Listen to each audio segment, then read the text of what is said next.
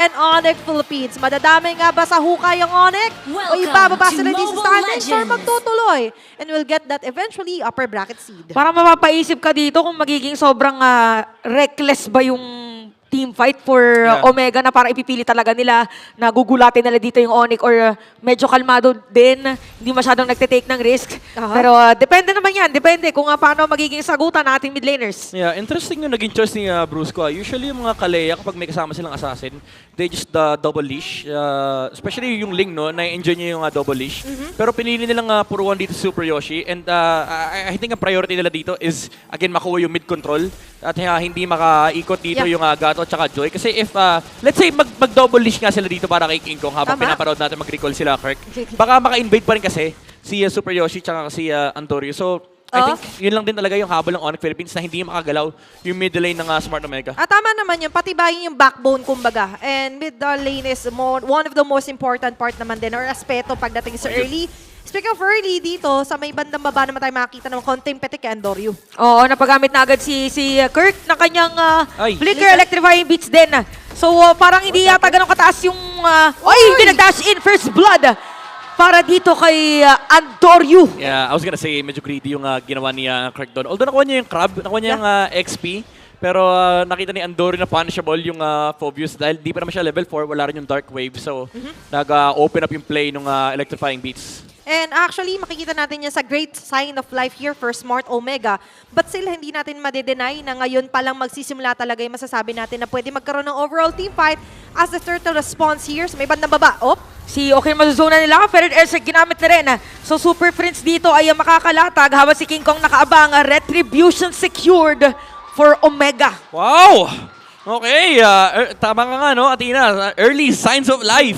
Para sa side ng Smart Omega, yung Surge of Life ay medyo bitin pa dahil mahirap din suntukin yung Gatkacha.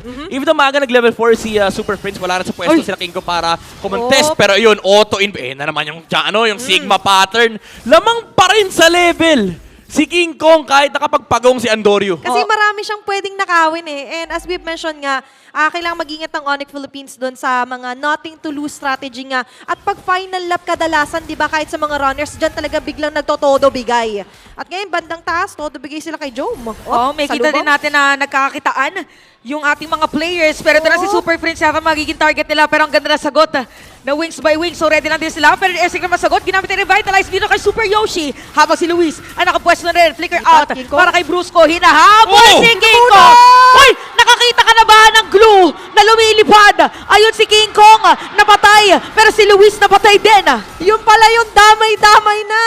Ganda ng flicker ni Luis. Naabot niya kagad yung Ling. And ito yung revamped version ng glue. Napakadali talaga i-stack up ng kanyang ultimate. Super Prince. Nabigyan sa middle lane. Patay Papiso. Patay! At may kita natin meron opportunity slam si Brusco ngayon. Ang magiging target na mag-counter play data dito sa side ng Omega. Electrifying beats na naman. Brusco is down. I repeat, Brusco is down. Pero may datating yata dito na isang Moscow. Pero hindi itutuloy. 4-1 for Barangay. At lamang din sila pagdating sa gold.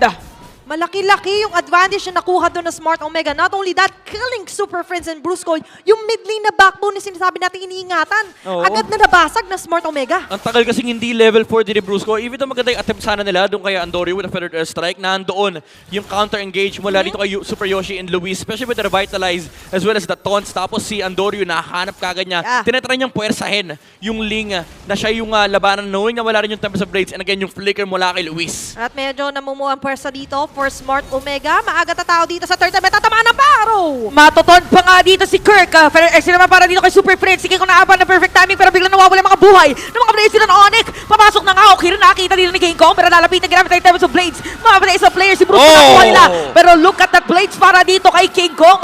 Napalapag pero si Kirk lumalaban pa rin laban sa tatlo. That is gonna be a kill again for Smart Omega sabay diretso pagong para sa kanila. Nag-sign of the pogi, but still, yung malaking objective, hinayaan na lang ni King Kong dito kay Andorio. Pero naiwan si Kelra. Naiwan si Kelra sa kusina and Si King Kong, susubukan niya sana mag-invade kaso wala siyang retribution so hindi possible yung purple steal. And nakabantay kaagad dito sila Okir para hindi maka-invade yung Ling. Pero yung mga greens naman, pwedeng kunin yan ni King Kong. Kaya doon siya nagka-capitalize. Akala natin may search na sa network ng Omega. Pero looking at our Infinix game equipment naman, mapapansin natin na hindi lang basta nakakasabay dito Smart Omega, but also capitalizing din sa mga spaces na nakakreate ni Andorio, nakakapag-farm. Pero Alkelra, Eto na ang bangungot! Ang bangungot ni Andorio with a killing spree para sa kanyang Joy. Tinamaan pa nga ng araw dito. Naku, may another target na naman. It's the Monster Mage na napatay dito ni Okira. At si Brusco din, napatay na nila. grabe, sobrang constricted nung mapa para sa Onyx Philippines. Nagsisimula na ang kamandag Onyx Philippines Op. losing control sa may middle lane. Look at Jome.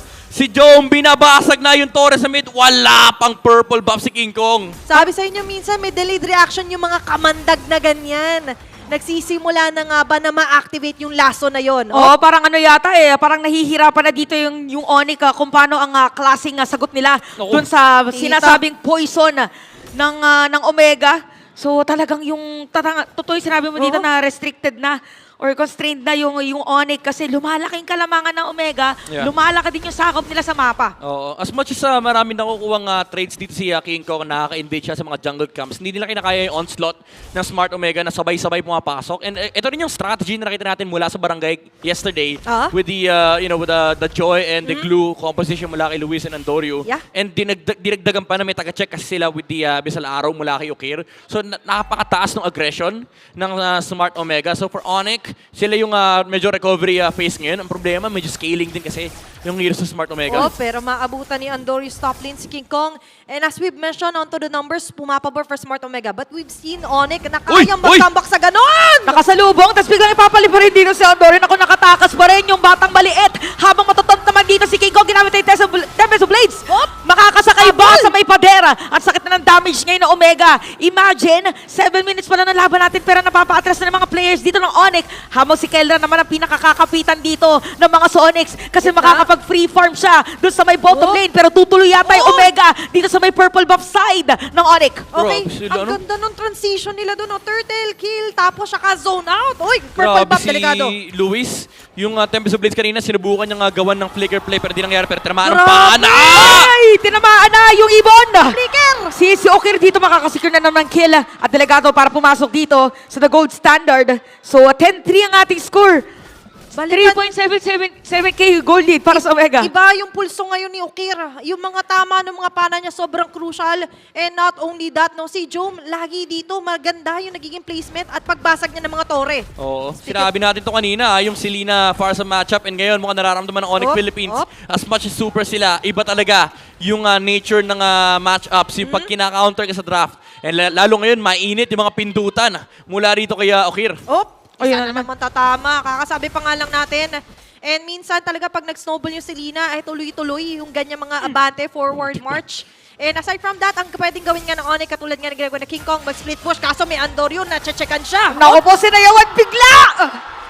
Nakasalubog dito si Sigma King Kong. Kakababa lang kasi, wala pa siyang Finch Boys. Grabe, no? Nai-imagine ko sa Andorio, sabay tulo sa pangayon eh. Kapag ka ganun na sa solo kill mo si King Kong. Oo, sabi ni Andorio, nagliling din ako. Alam ko, wala ka panlipad. Tsaka pre, ganda yung ginagawa ng mga jungle pa naghahabol kasi sa farm. Ano yan? Nandito yan. Parang oo. tingin kayo. Sasalubungin ko dito si King Kong. It's really effective para dito sa Omega. At yung pendulum na binabanggit even yesterday, sila ngayon yung gumagawa niyan Oo. against Onyx. Lane transitions lang, hawak nila yung jungle. Lahat ng galaw ng Onyx Philippines is seen by Smart Omega. Medyo ifit sa loob ng base dito yung Onyx. And ngayon, Brusco, naghahanap ng pwesto. Kasi ang problema, pwede siya i-check ng Smart Omega. Lalo pat nasa may paspon yung purple ni King Kong. Tsaka ang laking bagay nung ginawa din dito ni Luis actually, na ganitong bantay sarado kahit purple ba pa lang ni King Kong, which na leaves Onyx Philippines na dehydrated. Sobrang nagkukulang sila doon sa pwede pang farm ni King Kong. Kung kanina, kaya niya pang palitan na pabarya-barya ngayon, 5K established gold lead para sa Smart Omega. Sabay Lord agad para kay Andorio. Sobrang hirap pa naman din mag-ling or any assassin hero pag wala kang purple buff. Tapos lagi pa natatimingan. Actually, hindi lang yung purple buff ngayon natatimingan eh. Kung saan din siya nag-split push, Yeah. Yeah. alam kung saan yung pinakapupuntahan. Yep, namamatch siya ng Joy, which is very rare na mangyari dahil lamang na lamang talaga Alam pagdating na sa alam eh. mobility Op. yung Ling. Pero because of the disparity, talagang mahihirapan din Part si King two? Kong. Op. Kasi may Finch Boys. Pero hirap siyang mag-match ng side lane. Pwedeng stun to Oh, okay, Ako malalaglag na. pa. Yun na na-immobilize. So, kita natin na talagang pinag-aralan nga dito ng Omega yung pattern ni King Kong dahil lagi nga Oo. nakakasalubong. Kabisado no? Nakikita rin natin ngayon for Smart Omega, tila ba kahit yung muscle memory na meron yung Onyx Philippines, check na check nila. Sabay sa pagangat dito, yung paunang Lord na mabilis na matutunaw nila Kelra. But with that, tila ba nakaangat din at pumapabor sa Smart Omega, Aray mga ko mini-wave naman. na dumadaan, pati yung pana talaga namang pasok sa banga. Alam mo- May hit rate to, feeling ko nasa 60% to eh. Mataas-taas Tsaka yun. minsan ano yun parang nang mind games na yun Pagka tinamahan ka ng una, parang feeling mo lahat ng araw, tatama ang ending, nasasalo mo lahat. Oo, yung konting kababaw pag malapit na yung pana, minsan yung tao nagiging magnet. Igagalaw mo, di Ano ba? po yan, psychology yan, na minsan parang pag sinusubukan mo iwasan, maglalakad ka pa papunta ron. Nangyayari siya sa akin madalas. Oo, Imbis na ako din, pumlikar ako din. palayo, pumlikar ako paharap. Pero Akin kayo- parang igigilid ko lang to the left, yung pala to the left din yung ano. Oh, yung pana. Yung pana. Sana hindi na lang ako gumalaw. Namamanifest kumbaga. Actually, ano yan, totoo yan. Kasi yung tao, usually mas sanay tayo sumalo. Ah, So, medyo, sa lahat ng bagay naman. Oo. sinasalo kasi natin. Tama. So, Yeah. medyo pagkakabado ka, nagde-default tayo dun sa mga mannerisms natin, sasaloy natin yung pana. Pero kasi ang mga dapat sumalo dito sa laban natin, of course, are roamers na nga lang din. Kaso nga lang, si Brusco, hindi niya rin afford na mapigilan siya on his tracks. As you've mentioned nga, draft pa lang, Level 9 pa showstopper kasi yung meron dito for Smart Omega. Mhm. Laging merong may follow-up after that arrow. At ngayon, 11-3, may kataasan point difference kill score pa lamang, 6K gold lead for Smart Omega. At in less than 1 minute, ay magre-respond na ang pangalawang Lord sa laban na to. Yeah. Conversion na talaga yung nahanap dito ng barangay, yung pwesto sa Lord, yung slow lane, they have to check all the Yep. boxes. Kasi keep in mind, Onyx Philippines pa rin itong kalaban nila. Ilang beses na natin nakita yung Onyx na kahit 70k gold lead yung kalaban, bigla mo makikita 2 minutes later, nasa base na ng kalaban At yung Onyx. kadalasan, bawat clash, kinakalahati nila yung ganyang kalamangan. Oh, tsaka kahapon yung laban ng Omega tsaka AP Brent parang Yup. nasa 10K, 6K gold lead din yung Omega tapos biglang nabaliktad ng AP Brent. So parang ang Oo. pinaka-challenge mo ngayon for Omega, kailangan din ng tapusin ngayon yung laban at hindi na pahabulin yung Onyx. To retain and finish your position here, yun ang isa sa pinaka-mission talaga at puso para sa Smart Omega. Kaso isa nga lang doon sa kanila magiging action plan is putulan ng pwede maging pag-capitalize si Cecil King Kong katulad nung purple buff na hindi na Kaso, nga niya nawakan. Nag-retry si Andorio. I think confident dito yung Smart Omega na hindi ko contest si King Kong. Medyo matagal pa yung retry. Pwede nilang patagalin to. Pero yung slow lane ay nakatulak na. Aabot na si Nakaready King Kong. yata! Retry! Okay, pero si Oh! Andorin na doon pa rin. Habang sinalubong natin sa Blades, magdidikatan ba nila? So ganun ko confident. So hinabol si King Kong pero good thing para din sa Omega na secure pa rin nila yung Lord. Ito yung essence ng chaotic team eh. Yung mga teams na sanay sa macro, hindi nila gagawin yan. Oo, and Ni-risk nila. and Muntik pa makuha ni King Kong. Tama, and that's the element of surprise. You never know what will happen kasi nga for Smart Omega, nothing to lose pero everything to win naman at mamarcha siya sa pinakabase. Tingnan natin kung matatapos ba to ng Omega kasi nandun sa may bottom lane si King Kong. May flicker in para sa kanila pero Esik naman para kay Super Friends. Sabi si Kirk Harris wala na buhay. It's gonna be a shutdown. No way! So lumalaban ngayon mga players na No Onyx. way! Hala, biglang napapalagbag. Pero killing spree na agad si Jom at si Kelra naman. Nakikita natin din yung mga sibat. Prince! ng Prince! Mongo. Prince! Look at Super Friends. Hinahabol ni Jom. Double kill na para sa Bruno and Big Jaya. Makikita natin ngayon with a maniac. So ang matitira para dumebensa sa side ng Onyx ay si King Kong at ang Barangay Omega. Game number 1. What the hell? Shaking things up! First game win ngayong araw para sa Smart Omega. OMG!